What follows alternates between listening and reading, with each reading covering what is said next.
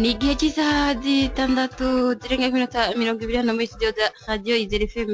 Ni umwanya uko mukurikira amakuru mu Kirundi avugwa kuri uno mutaga. Mugenzi wacu Docho Nayisabye yamaze gushika muri studio kugira ngo ashobore kuyabashikiriza. Ndakora mu kije Docho Nayisabye. Mwiwe mwebwe mwese rero mubandanya gukurikira Radio Izere FM. Blaise Nduwimana ari mu buhinga bw'ivyuma afatikanije na Gerardine Irankunda. Deo ico nasavye nje ngira mbashikirize ano makuru mbatumirire gukurikira ingingo nkuru zano makuru.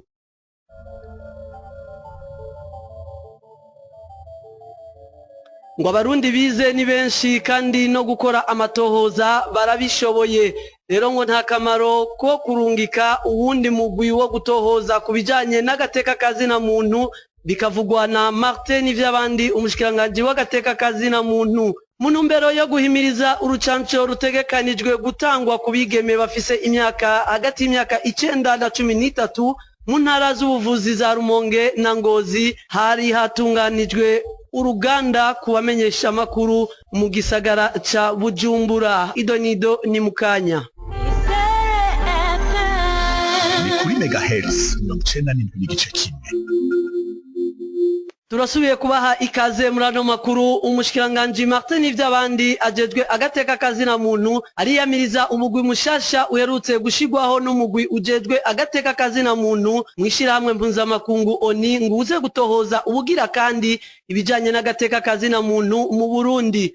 Martin Nivyabandi n'umushikiranganje w'agateka kazina muntu. Twasha twaze twibutsa abarundi n'abanyamahanga yuko uwo mugwi waraye ushizweho n'uburongoye inama y'agateka kazina muntu bishamwe mpuzamakungu ONI ari inkurikizi ya ngingo yafatwa n'umugwi w'agateka kazina muntu arico bita resolution wari watanzwe n'ishamwe Buraya. Aho naho abarundi na leta twatwaroka kandi ho kwiyamiriza ibiri muri iyo ngingo yafashwe muri iyo resolution.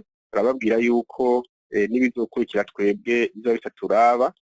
Ikindi naco uko umugwi wari warashizweho EUNID hanyuma uratanga raporo warimwo ibintu by'ukuri harimo ububeshi bwinshi. Twebwe no muri leta y'u Burundi tukibaza ati none uwo wundi mugwi mbega hoho wo buje gukora iki ko nabo bamaze umwanya muremure barakora turabahereza n'icegeranyo. Twe tuvuga tuti ibintu byose ari cegeranyo leta y'u Burundi yatanze sigurido nindo ukuntu bintu bimeze, ariko cyatangaje kandi canatubabaje nuko ico kintu iyo raporo yigeze ishigwa ahagaragara, iyo twisiguye yigeze ishigwa ahagaragara, yigeze banabikorerako. N'ahandi rero twibaza yuko ni wa mugwi ushizweho na babandi nta kintu kinini aboshika kuvuga yuko tuzokora icyo tuzazokora. Twebwe twamuzobwaho duhagaze. Ambasaderi wacu ari hariya i Geneve yaravuze yarabibabwiye neza, arababwira yuko ibiraba no gushirwaho n'uwo mugwi bitaraba leta y'u Burundi igihugu c'u Burundi. Ukuntu bazokora rero ababashizeho ni babaha intumbero nayo y'ukuntu bazokora. Muga muri twebwe twaravuze yuko ibijanye n'ivyo vyose by'indi migwi y'amatohoza twebwe ivyo tutabirimwo. Leta y'u Burundi ico yiyemeza no kugenda iteze yakazina mu inzego z'ubucamanza zikomere, igisirikare bakora kurikije amategeko. Ibindi navyo ni igihugu c'iwacu by'agateka akazina muntu sivyo benda kudutamika, ni inshingano leta yihaye. Igihe hamwe n'agateka akazina muntu idosiye zigakurikizwa, abahanwa bagahanwa uko rikwamye. Twebwe niko tubibona muri leta y'u Burundi. Martin Nivyabandi yavuga ko aho Burundi bugeze muri kino gihe abarundi bize ari benshi, ivyo gutohoza bize bihagije. Leta rero ngo irafise ishaka ryo gutohoza aho hose haba hahungabanye agateka kazina muntu, ahubwo ngo bokorera ku cegeranyo leta y'u Burundi yahaye umugwi ujejwe agateka kazina muntu muri ONI n'ubu Martin Nivyabandi. Twotegera neza yuko Uburundi bugira bumare burenze imyaka 50 bwikukiye uko byari biri kera. Abarundi barize amashure, turafise abacamanza babishoboye, turafise bize gutohoza bikwiye gusumba abanyamahanga. Ahubwo reka abarundi bakomeze kuja hamwe hanyuma bironderere ibyo bintu byotuma agateka kazina muntu bashaka guhungabana ntibishobore kubaho. Amabisi havugwa byinshi, ugasanga nukutamenya by'ukuri gutahura ibintu ku bintu byifasha mu gihugu cy'u Burundi kuko zagiye biratera bica imbere. Rero turabona neza yuko ishaka ry'inzego za leta kugira batohoza aho hose haba hahungabanye agateka kazina muntu yuko kahari. Twebwe rero nimba bakeneye kumenya aho leta y'u Burundi ihagaze ku bijanye n'ivyagiye biravugwa, twarabashikirije akarya kagwi kajejwe ivy'akazina muntu, twarabashikirije icegeranyo baragikorerako, ubwo nagishire ku mugaragaro amahanga akibone, kuko ntibigeze bagipiblia, bigeze bagishira ku mugaragaro. Turabandanya nano makuru yacu ngo kuba haraye hagenywe abandi bantu batatu ngo baze kugira ayandi matohoza ngo nta yindi ntumbero atari uguhungabanya abitorewe n'abene gihugu kugira ngo ntibabarangure ico babatoreye. Ivyo bivugwa na François Xavier Ndaruzaniye arongoye ishirahamwe ry'agateka kazina muntu Ligue Izere Ntiwihebure. Kubona uno munsi haraye hagenywe abo bantu batatu kugira ngo baze kugira ayandi matohoza, mbere bo ngo bazomara umwaka wose, nta yindi ntumbero, ntibashaka ko abatowe n'abene gihugu bakora ica abene gihugu babatoreye 100%, ahubwo bashaka kuguma baduhungabanya mu mitima, kuguma badutesha icyo twita intumbero igihugu cihaye guteza imbere abene gihugu, mbere kugira ngo bagume berekana yuko mu Burundi abariko baratwara ataco bashoboye, ataco bamaze kiretse kwica. Niyo mpamvu rero ko twebwe mwishirahamwe ry'agateka kazina muntu Ntiwihebure twagomba dusabe leta y'u Burundi, inama nshinga amateka, inama nkenguza amateka, biyamirize bivuye inyuma abo bantu, dusabe abazotanga amaviza kugira ntibayatange, dusabe abashinzwe imigendanire y'u Burundi n'andi makungu, basabe babwire oniko abo bantu naho bazoza batazokwakirwa, kuko intumbero yabo ni kubandanya berekana ko Burundi bwacu buri mu ntambara, ko abatowe n'abene igihugu ataco bashoboye kiretse kwica nk'uko bama babivuze ku mbuga ngurukana bumenyi. Tuve mu makuru ajanye n'ivy'agateka kazira muntu twerekeze mu makuru ya politike. Umukenyezi Samantha Power yahora aserukira leta zunze ubumwe za Amerika muri ONU yaraye asubirijwe n'uwundi mupfasoni Nikki Haley ni mu ntumbero ya Donald Trump aherutse gutogwa ngo arongore Amerika gushinga inzego. Inkuru ya mugezi wacu Jean Pierre Nsabimana. Umukenyezi Samantha Power yavutse igenekerezo rya 21 Nyakanga umwaka w'igihumbi kimwe amajana 970 ahitwa Dangavane mu gihugu ca Irlande. Numenyesha makuru akongera akaba umwanditsi. Mu mwaka w'ibihumbi 2005 na 2006 yarakoze cyane mu gushigikira Barack Obama mu myiyamamazo acaba umukenguza amateka, ahejeje mbere no gutuka ku mugaragaro umupfasoni Hillary Clinton ko ari gihume. Igenekerezo rya 5 ruhesha umwaka w'ibihumbi 2013 yaciye agenwa na Perezida Barack Obama guserukira leta zunze ubumwe za Amerika mu ishirahamwe mpuzamakungu ONU, aho yarasubiriye Susan Rice. Umukenyezi Samantha Power ntawovuga ko ari kure cyane ya politike canke mbere ivyagiye biraba mu Burundi. Haba namba uwo mukenyezi umenyesha makuru mu mwaka w'ibihumbi 2001 yashinze mu Burundi iradiyo RPA afatanije n'umenyesha makuru mugenzi we w'umurundi Alexis Nduhije, nawe nyene atatebeje gusa n'uhagaritse uwo mwuga aja muri politika aho yashinze umugambwe MSD. Ubugenzi buca burakomera na mugenzi we Samantha Power.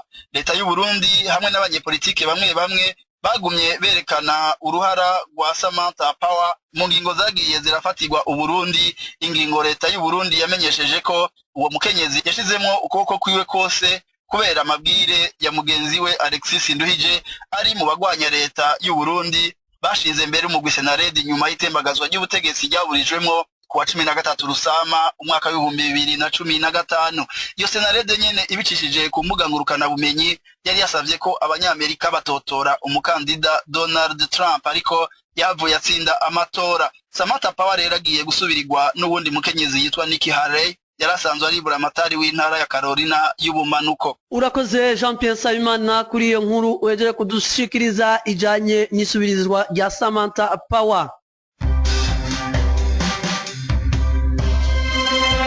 Turabandanya nano makuru yacu tubananize mu gisata c'amagara y'abantu.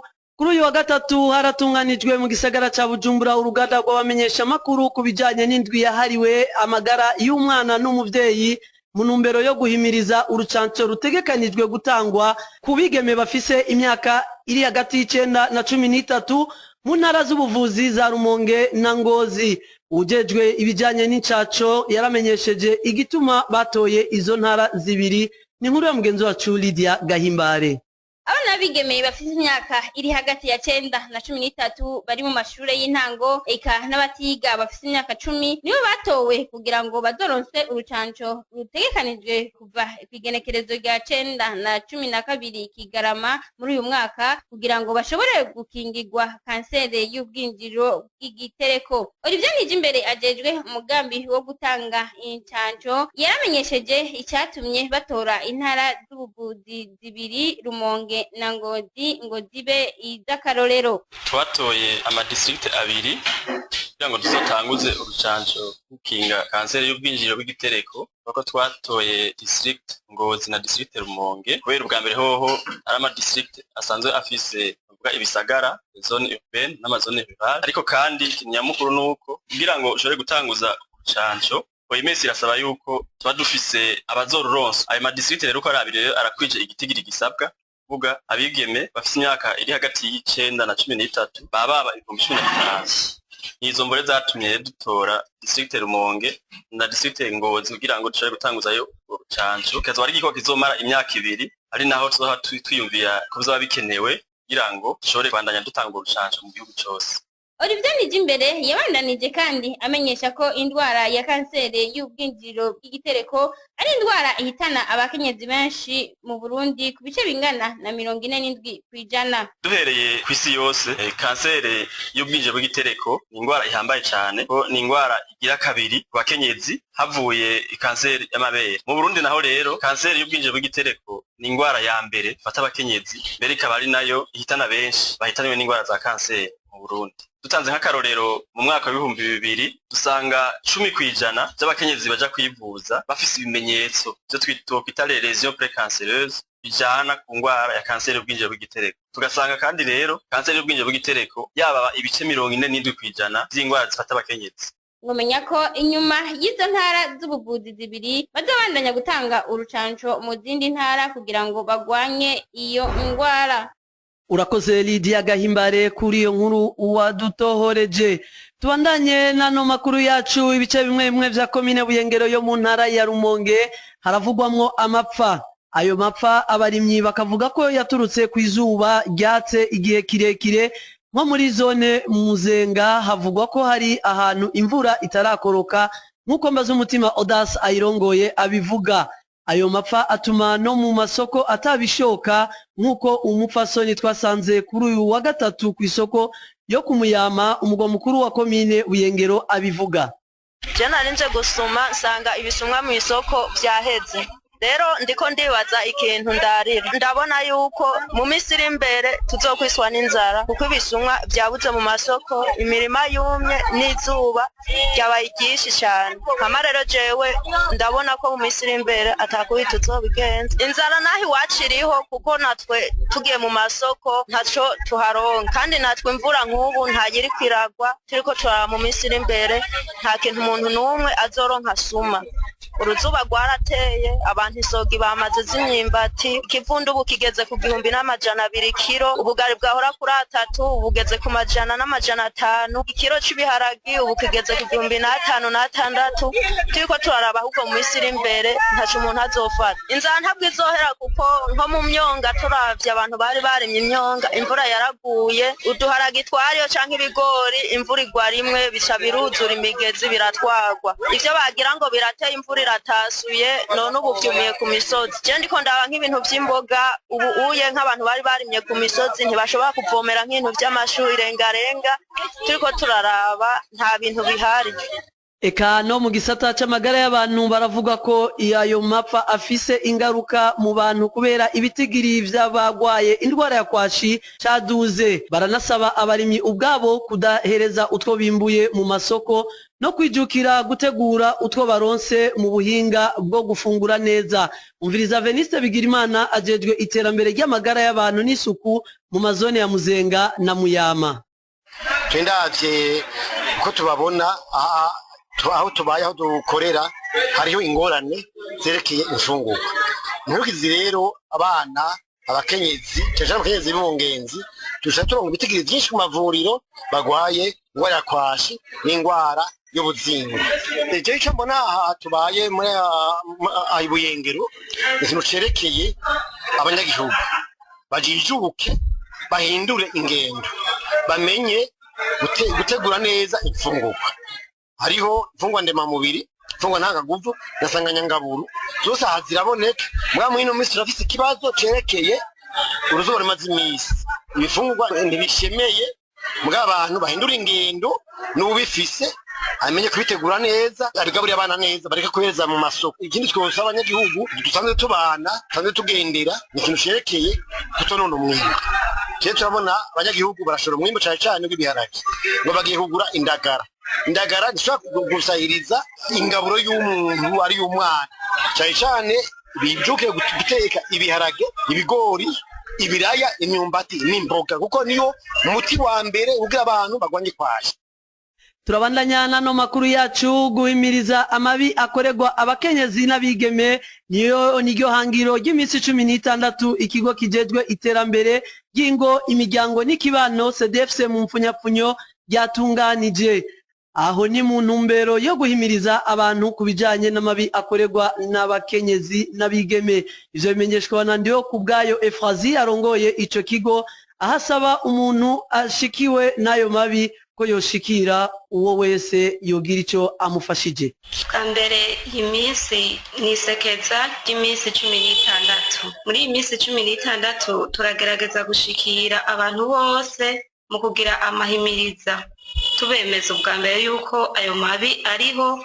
Ubwa mbere twahora tuvuga ku mabi afatiye ku karanganderano ukuvuga afatiye kuri rojar. Muga muri iki gihe tuvuga amabi afatiye kenyezi gusa. Turabahimiriza ubwa mbere ko umwe wese mu cyo ashoboye gukora ategerezwa gukora akagerageza kugira ngo turandurane n'imizi ayo mabi kandi tuzi ko muri intara yacu ariho kandi atari make. Ubwa mbere abo bakenyezi icyo tubahimiriza nuko uwo bakorewe ayo mabi ubwa mbere atavyigumana ategerezwa kubivuga kubabijejwe haba muri CDFC haba kubajejwe umutekano haba mu ntwaro agashikira uwo muntu wese ategerezwa kugira icyo amufashije muri ayo mabi aba yakorewe. Gushira hamwe ugwaruka rudasangiye ivyumviro rwo mu ntara ya Bujumbura no mu gisagara ca Bujumbura niyo ntumbero y'ikoraniro ry'ugwaruka ryatunganijwe n'ishira hamwe gishinze guhindura ingendo y'ugwaruka rwa Afrika biciye mu bikorwa AJAP. Eric Nsengimana niwe ariramutswa.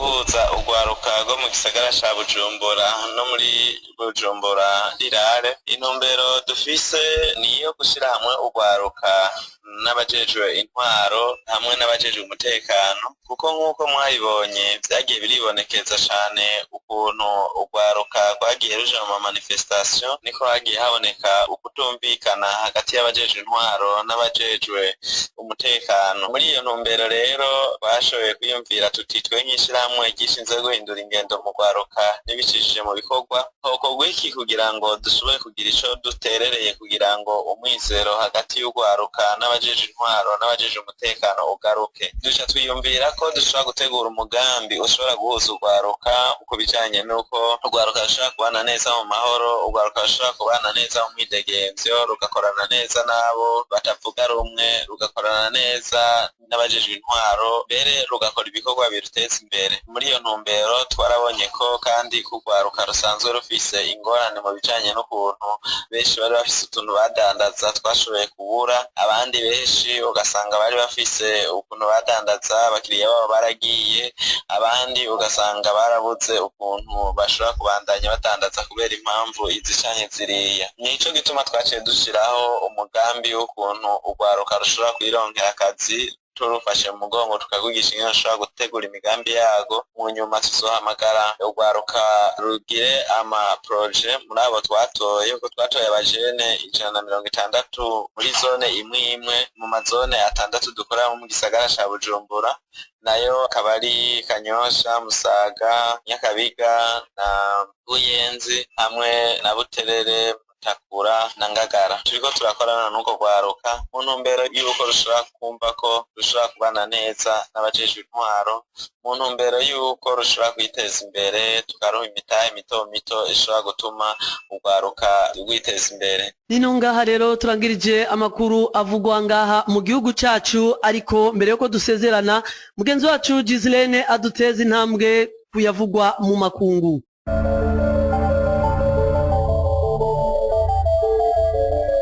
Amatora yo ku rwego rw'amakomine mu gihugu ca Mali yabaye itariki 20 Munyonyo, niyo matora aheruka kuba kuva amatora y'umukuru w'igihugu yabaye mu 2013. Ayo matora yitabwe n'abantu benshi ariko yaranzwe n'imishamirano ikomeye. Ivyavuye mu matora ubu bikaba bizwi. Ku mugwa mukuru no mu bisagara bikuru bikuru, umugambwe uri ku butegetsi niwo ufise amajwi menshi.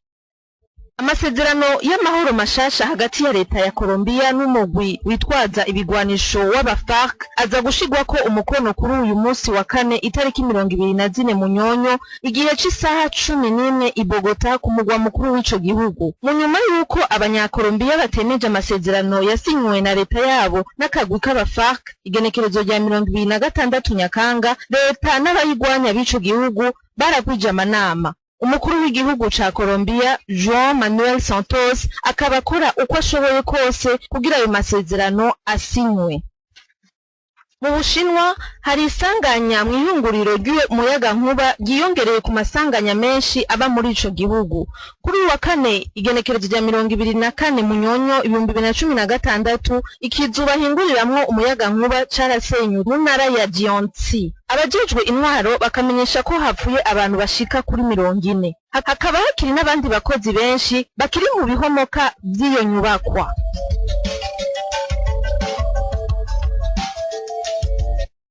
Tugushimire Gislene kuri ayo makuru avugwa mu makungu uhejeje kudushikiriza. Nino ngaha nshuti namwe bakunzi ba Radio ZRFM turangirije amakuru tuba twabateguriye kuri uno murango. Blaise Nduwimana niwe yatumye ano majwi abashikira. Deo ico nayisavye nije nabashikirije ano makuru, twese tubandane tubifuriza kubandanya mugira umunsi mwiza n'ibikorwa vyiza.